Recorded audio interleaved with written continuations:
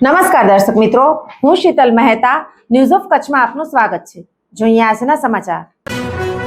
Kalapurnam plywood and laminate તમામ પ્રકારના plywood તથા હાર્ડવેર માટેની ખરીદીનું ઉત્તમ સ્થળ કલાપૂર્ણમ આર્કેડ, બીસીસીબી બેંક સામે, new station road, Bhuj. Ketu Mehta 9408619451। ભુજના રંગાટના કારખાનામાંથી લાખો રૂપિયાની સાડી તથા દુપટ્ટાની થયેલ ચોરીનો આરોપી પકડાયો। શહેરમાં આવેલા ખાસરા ગ્રાઉન્ડ પાસે સાડી રંગાટના કારખાનામાંથી રૂપિયા 4,65,000ની બાંધણીની સાડી અને દુપટ્ટા ચોરી કરનાર ભુજના ઈસમને એલસીબીએ મુદ્દામાલ સાથે ઝડપી લીધો હતો।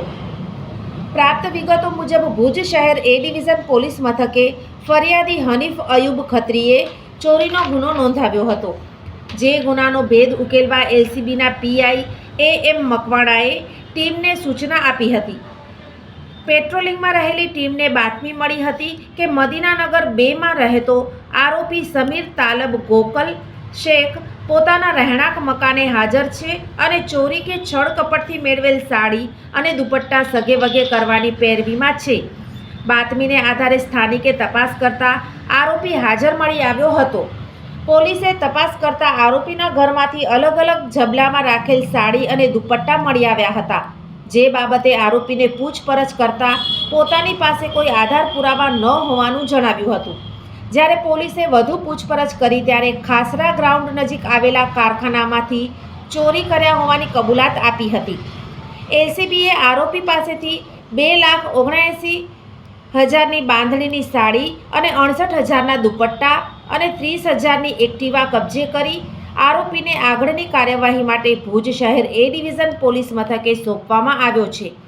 રાત્રિના સમયે આરોપી પોતાની એક્ટિવા લઈને ફેમિલી મોલ નજીક આવેલ સાડી રંગાટના કારખાના પાછળ ગયો હતો।